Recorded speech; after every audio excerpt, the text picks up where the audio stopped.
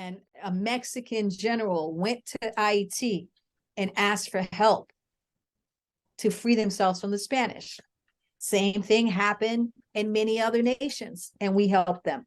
But that story is not being told. So that's why I tell our story, because the narrative is what's going to free you. If you know that your people were not servile, that they're warriors and they never stop fighting, and that they're responsible for New Orleans jazz, the second line, American jazz, American music, that you are responsible for culture that's in the world and for human rights. You invented human rights. Then you won't crumble.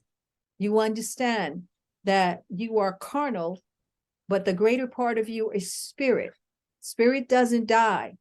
And you have a line going back to the beginning of time and even before 66 million years ago.